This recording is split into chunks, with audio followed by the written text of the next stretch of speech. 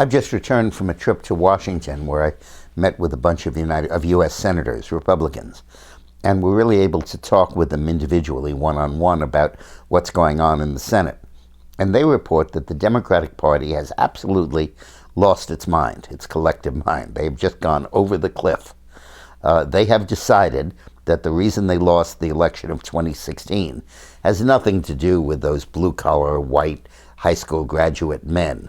Nothing at all. It had to do, or even with Hillary's scandals, it had to do with the idea that they nominated a centrist Democrat who did not do enough to animate the base and bring them out to vote. And that if only they had nominated Bernie Sanders or Elizabeth Warren, they probably would have won the election. And they are determined to stake out an agenda materially to the left of Hillary's and probably even to the left of Obama's, and to oppose the Trump and his nominations and his bills with everything in them as a way of rallying that base. They're in a kind of echo chamber with their own media, and in effect the liberal bias of the media is undercutting their capacity for analysis, because they say something and the media reverberates with it and sends it back to them and runs headlines. Millions are marching with the Democrats and agreeing with everything they say. Republicans in disarray, Trump's base coming apart.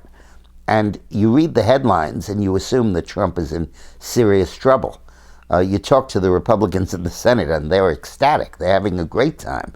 The unity is incredible and their belief in Trump very, very strong, even some people who are his former enemies.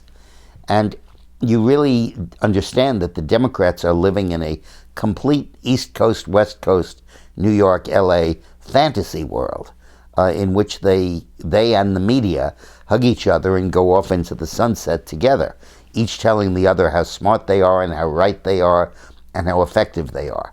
That's the same media that got it entirely wrong about Trump's ability to win the nomination and Trump's ability to win the election. That's the same group of pundits and prognosticators and pollsters that gave them that feedback that was so disastrous during the election are continuing to give them skewed and nutty feedback. And the result is that the Democrats are moving so far to the left you can't even recognize them. Truly, the lunatics have taken over the asylum in this case. And the Democratic Party is unrecognizable at this point. That, of course, is what Reagan did to the Democrats. He pushed them so far to the left, nominating candidates like Dukakis and Mondale. By his policies and by co-opting the center, he made the Democrats marginalized to the left.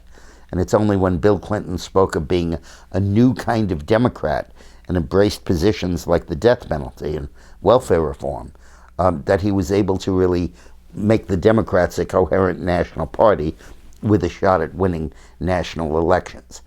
Now, and then under the leadership of Obama, they moved decisively to the left. But there was a charismatic leader who could bail them out and could explain to the American voters what they were doing in terms where he had at least a prayer of getting their support. But now they've lost that, and with it they've lost their mind. Now, the more the Democrats become intransigent, the more they risk losing the power of the filibuster, and that is their only source of power.